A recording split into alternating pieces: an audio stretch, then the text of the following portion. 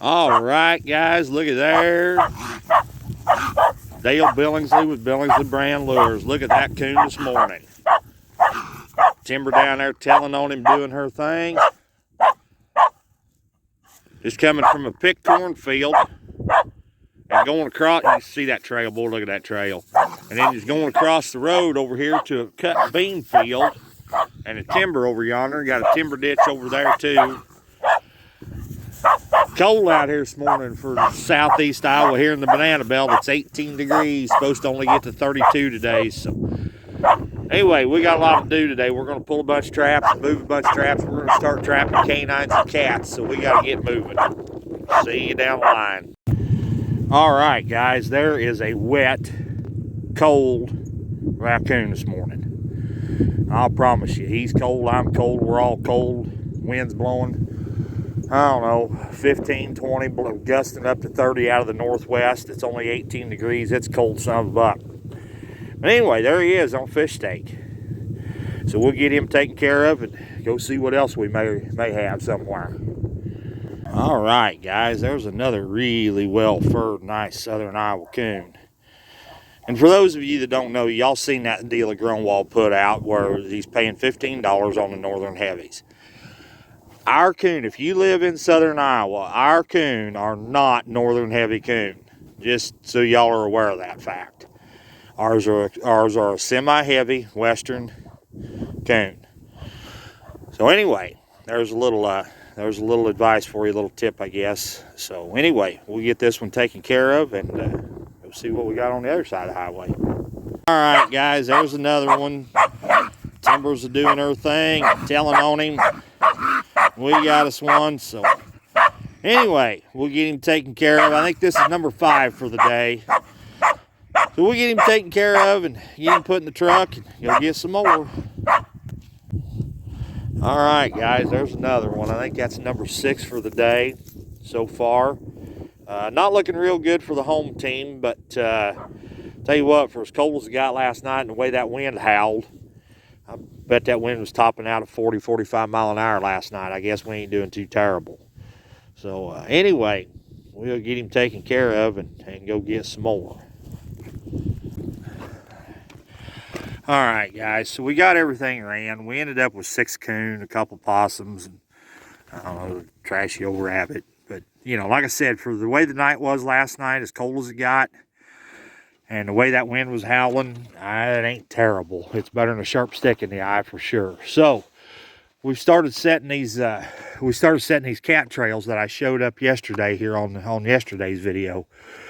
Here we go. Got a really nice trail there coming over to the head of this brushy ditch right back here. Now, I know that doesn't look like a lot of cover, but believe me, to a bobcat, that's a lot. He can sure enough stay hid there, kick him out a rooster pheasant, a covey quail, a rabbit, whatever might be there. He'll hunt that for sure. There's a few deer tracks here in the road, but there's some old tracks up here too. I can't really make them out what they are. But, like I said, I may have to take the coon out of the way, but if I know anything about a bobcat, and I do, there will be one. I pretty near bet there will be one through here. So anyway, we'll get on down the road. I got there's a pair of 1.5 coil springs set in there. Just a little light covering of grass over them, just enough to break up the outline, and that's it. You don't want to go crazy when you're covering those traps, especially with grass. They plug them open if you do. Bobcat's got a big foot, and that 1.5's a little bit. I mean, I've held a lot of cats in 1.5s and number 11s. Don't get me wrong. It's not ideal, but it will work.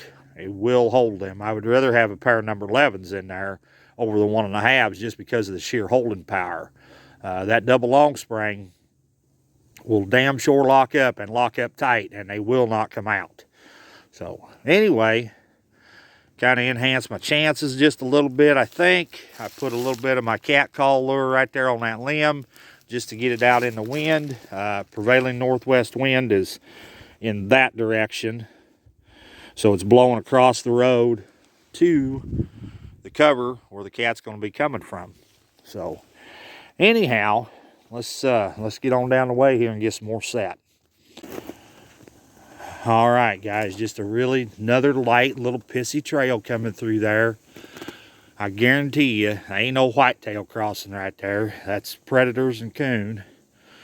So again, drop another pair of footholds in there, lightly cover the grass. Pick up some action here, hopefully, in a day or two. All right, guys, here we go again. There's a trail that comes right through there. Just a little light trail. They're coming up out of this ditch. There's a ditch over there. It runs to a culvert. They're not going through the culvert. They're coming right up, right through there. See, you can just make out that trail right there. So we'll drop a pair of footholds on it, give it a little shot of lure, and hopefully we'll pick something up here in a day or three. All right, guys, there's another one. Now, like I said yesterday, you're going to catch coon in these places. I mean, there's no way around it. If you have the coon population like I do here, I guess I should say, there's no way around it. Not if you're trapping in Iowa. You're going to have it. But there will be a cat or a coyote or a red fox or possibly even a gray come through here. And the only way to catch that other animal is to leave the dog proofs in the truck. Look here, there's a coyote track right there. See? You can't catch everything in a dog proof, no matter what anybody tells you. There's a kid that lives not too far from here, actually, just across the river, who tried for 3 years to catch a bobcat and wouldn't listen to what anybody was telling him. Finally, last year, he decided to listen a little bit and left the dog proofs in the truck, started putting footholds in those trails. Well, you know it, he tagged out on cats. He's kind of turned into a disrespectful little shit, after that, but that's beside the point. At least he listened finally and smartened up and caught his cats. So yeah, leave the dog proofs in the truck. That's all you got to do. Start putting footholds, conibears, and snares in those trails if it's legal, and you'll be amazed at what you start picking up. So anyway, we got to get this set. We got to roll. All right, guys, so here's what we got going on. We've got a cross fence that comes from the east up here to this set of corner posts right here.